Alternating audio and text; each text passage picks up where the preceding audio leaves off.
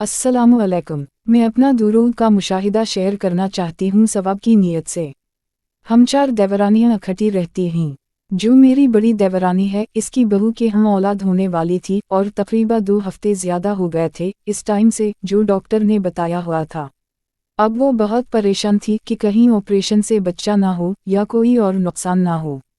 हम किचन में इस बारे में बात कर रही थीं कि अल्लाह खैर करे, अब पता नहीं क्या होगा। और वो जुमा का दिन था। मैं अपने कमरे में आई और दरूद इब्राहिमी पढ़ना शुरू किया और इस लड़की के लिए दुआ भी करने लगी। आप यकीन करें कि सिर्फ 15 या 20 मिनट बाद मेरी देवरानी आई और बहुत खुश थी कि इसकी बहू को दर्द शुरू हो गया है और बताया कि वो अस्पताल जा रहा है।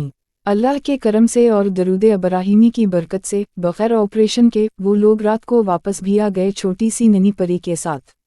माशाअल्लाह, बहुत प्यारी बेटी हुई। सब दरूद इब्राहिमी की बरकत से। एक मर्तबा सब कोई सा दरूद पाक पढ़ लीजिए। अल्लाह हाफिज।